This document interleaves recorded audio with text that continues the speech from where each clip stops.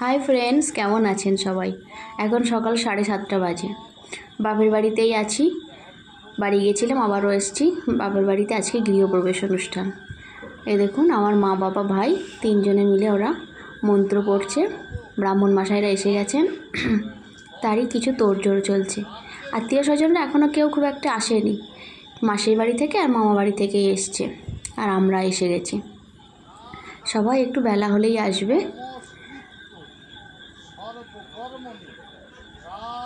তো বন্ধুরা, পুরোহিত মশাই এখানে বাইরেতেই ওদেরকে নিয়ে মন্ত্র পাঠ করাচ্ছিলেন।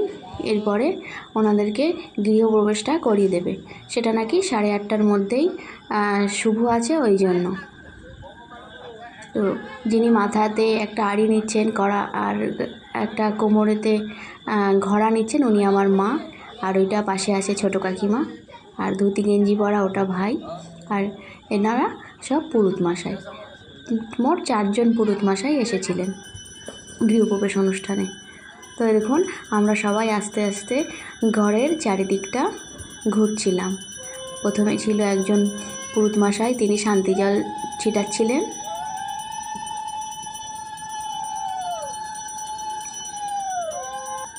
আর দেখুন, তার পিছনে ছিল আর একজন পুরোহিত মশাই, উনি নারায়ণ নিয়ে যাচ্ছিলেন। তার পিছনে আছেন আমার বাবা, আমার মা, আমার ছোটো কাকিমা, আমার ভাই।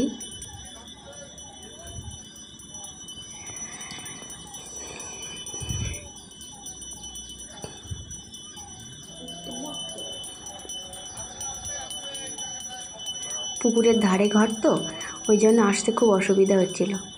আর এই পুকুরটা না বন্ধুরা আমাদেরই। এতে প্রচুর মাছ চাষ করা আছে। বাড়িতে ধরা হয়, খাওয়া হয় অনুষ্ঠানের জন্য, বাজার থেকে খুব একটা কেনা লাগে না। আর ইনি আসছেন আমার ঠাকুমা। আর ওই যে কোলে আছে ছোটো কাকার বাচ্চা, ও আমার ছোট্ট বোন। পিছনে এটা আর একটা বোন, ওরই দিদি। আর ওই যে বয়োজ্যেষ্ঠ মানুষটি আসছেন খুবই খোঁড়াতে খোঁড়াতে, উনি হচ্ছেন আমার দিদিমা। আর আমি তার পিছনেই আছি। আমার মেয়েকে ঘোরার জন্য বলা হচ্ছিল, কিন্তু আমার মেয়ে ঘুরলো না, ও ঘরেতেই আছে।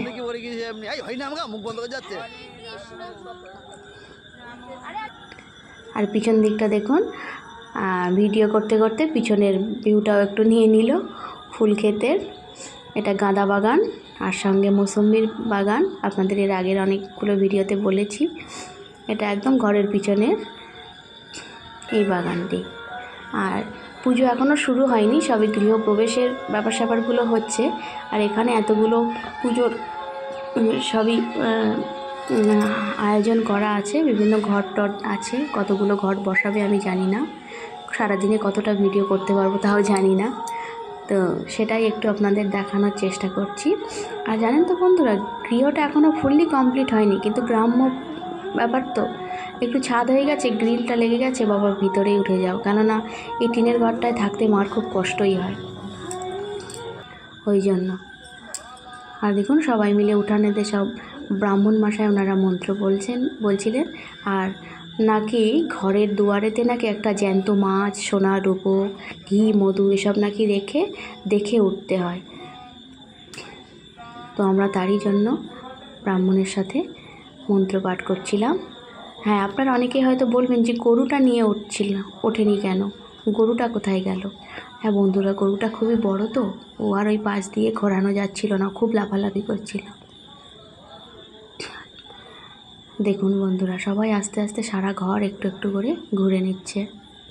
আর পুরোহিত মশাই শান্তি জল ছিটিয়েই যাচ্ছে।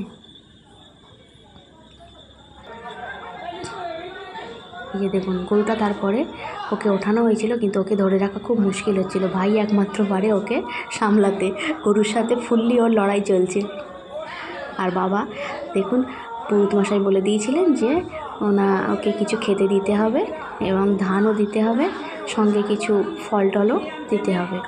তো গরুকে সকালবেলা স্নান করিয়ে, সিঁদুর লাগিয়ে, গরুকে গলায় মালা পরিয়ে একটা গামছা দিয়ে রাখা হয়েছিল। আর আমরা সব এখানে দাঁড়িয়ে দেখছিলাম। জানেন বন্ধুরা, বহুদিন পরে খুবই কষ্ট হচ্ছিল যে বাবা একটা নতুন ঘর করে অন্তত এরপরে একটু ছাদের বাড়িতে বাস করবে। অনেক বছরের প্রচেষ্টার পরে বাবা মা এটা করতে পারলো। খুবই মানে আনন্দের চোটে আমি খুবই কেঁদে ফেলেছিলাম। আর সবই সম্ভব হয়েছে আমার বাবা মার পরিশ্রম।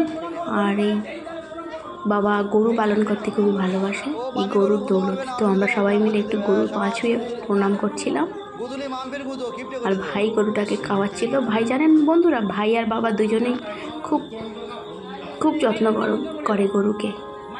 আর আমার বাবা তো সবসময় গরুর পাশেই পড়ে থাকে, সবসময় গরুর কাছে রেখে দিলেই ওনাকে খুব ভালো হয়। ওই দেখুন গরুর সামনে বসে ওকে কী যত্ন করে খাওয়াচ্ছে। তো এটা ছিল শুধু সকালবেলার একটু অনুষ্ঠান, যেটা আমরা গৃহের মধ্যে প্রবেশ করেছি।